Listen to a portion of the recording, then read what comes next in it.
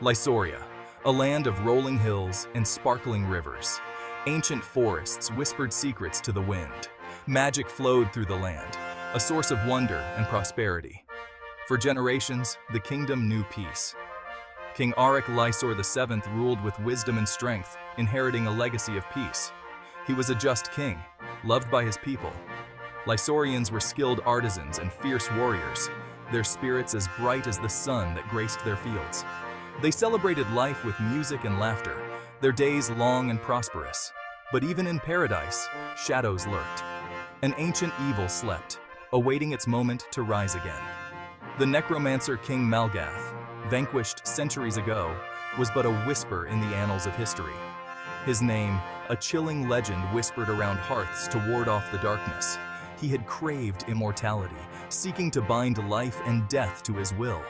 The kingdom had never truly known the terror Malgath inflicted upon the world. Until now. The first sign was a subtle shift in the wind, a chill that bit deeper than usual. Then came the whispers from the edges of the kingdom. Travelers spoke of unsettling occurrences, of livestock found drained of life, their bodies twisted into grotesque postures. The whispers grew louder, more insistent, tales of the dead, rising from their graves, their eyes glowing with an eerie, malevolent light. Fear, like a creeping fog, began to spread through the once joyous land. King Auric, though his heart was heavy with dread, knew he had to act swiftly. He summoned his most trusted knights and the wisest mages of the realm. They gathered in the grand hall, their faces etched with worry, the weight of their responsibility heavy on their shoulders. The news was grim. The ancient texts spoke of a curse, a pact made by Malgath with dark forces. Even in death, his malevolence lingered, a festering wound on the land. His heart, the source of his necromantic power, remained hidden, a beacon for the darkness. As long as it beat, Malgath could reach out from beyond the grave, twisting life into a mockery of its former beauty. The undead horde spread like a plague across Lysoria. Villages were overrun, their cobblestone streets stained with the blood of the living and the ichor of the dead. The creatures, once peaceful villagers, were now driven by a singular, terrifying purpose: to swell the ranks of Malgath's army.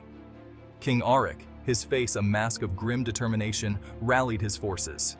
Knights, clad in shining armor, rode forth to meet the enemy head-on. Their swords clashed against the cold, unyielding flesh of the undead, the air thick with the stench of decay and the clang of battle.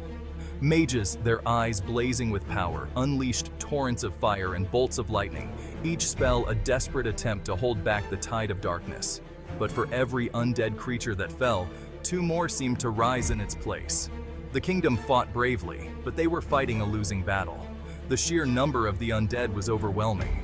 The land, once vibrant and alive, was slowly being consumed by the encroaching darkness. Hope, like a flickering candle in the wind, threatened to be extinguished. Section 4. The Quest for Blackstone. A desperate gamble. Amidst the chaos and despair, a glimmer of hope emerged from the ancient texts, a faint light in the overwhelming darkness that had engulfed the land. The mages discovered a prophecy, a path to ending Malgath's reign of terror once and for all. This prophecy spoke of a hidden power, a secret that could turn the tide of the war. The heart of Malgath, the source of his power, lay hidden within the cursed fortress of Blackstone, a place shrouded in mystery and malevolence. A place of dread and despair, Blackstone was where Malgath had first delved into the forbidden arts, twisting the very fabric of life and death. Its walls whispered of ancient evils and unspeakable rituals. It was a perilous quest, fraught with danger, where every step could be their last. The path to Blackstone was lined with traps and dark creatures, remnants of Malgath's dark magic. Blackstone was a place of nightmares, its halls guarded by unspeakable horrors. Creatures born of shadow and malice roamed its corridors, ever vigilant. But it was their only hope. The prophecy had given them a chance, a slim one, but a chance nonetheless. King Auric, his face etched with the weight of his responsibility, assembled a small, elite force. He knew that only the best could undertake such a mission. The bravest knights, their armor gleaming, swore oaths of fealty, and prepared to face the horrors that awaited them. Their hearts were steeled for the battle ahead. The most powerful mages, their eyes filled with steely determination, gathered their arcane energies, ready to unleash their full might against the forces of darkness. They had trained for this moment, honing their skills for years. The fate of Lysoria rested on their shoulders. The weight of an entire kingdom's hopes and dreams pressed down upon them. They rode out from the capital city, a beacon of hope amidst the encroaching darkness. Their destination, the heart of evil itself. The journey ahead was long and fraught with peril, but they were resolute, driven by the hope of a brighter future. Section 5.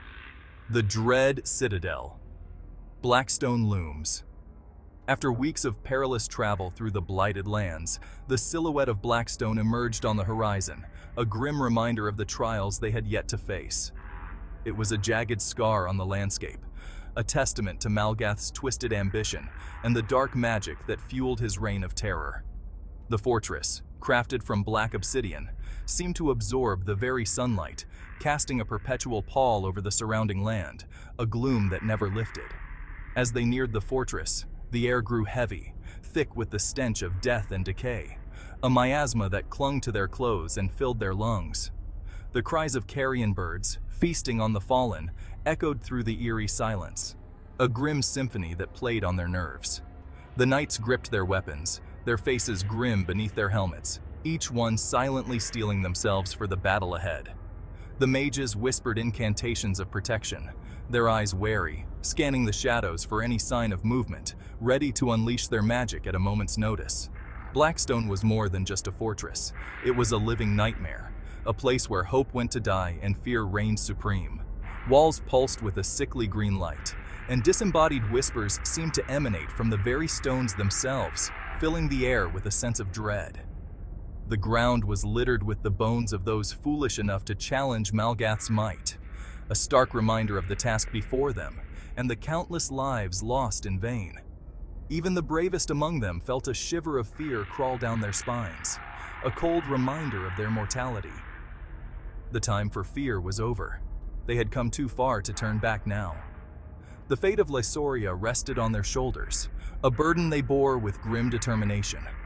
With a heavy heart but unwavering resolve, King Auric led his companions towards the gaping maw of Blackstone, ready to confront the horrors that awaited them within, knowing that the future of their kingdom depended on their courage and strength. Section 6. Echoes of Malgath, the Necromancer's Might. Blackstone's interior was a labyrinth of cold stone and chilling shadows, a maze designed to disorient and terrify any who dared to enter. The air hung heavy with the stench of decay and the faint whisper of necromantic energy, a palpable reminder of the dark magic that permeated every corner. Each step echoed through the oppressive silence, a constant reminder of the danger that surrounded them, amplifying the tension with every footfall.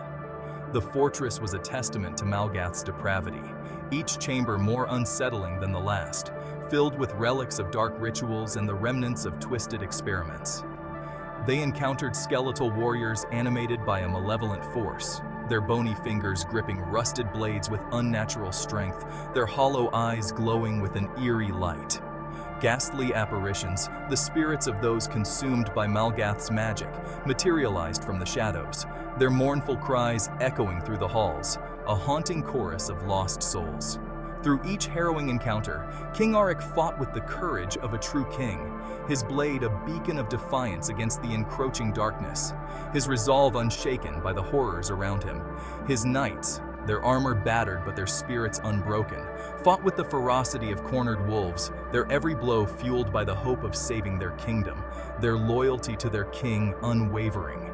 The mages, their faces pale with exertion, unleashed their magic with desperate fury, each spell a gamble against the overwhelming power of Blackstone, their chants a symphony of defiance. Each victory came at a cost, a heavy toll on their bodies and spirits. Wounds festered, magic waned, and the fortress seemed to feed on their despair, growing stronger with each moment of their suffering. Yet they pressed on, driven by the faintest glimmer of hope that lay at the heart of the nightmare, a hope that refused to be extinguished. The heart of Malgath awaited, a dark and ominous presence that pulsed with ancient evil, the source of the necromancer's unholy power.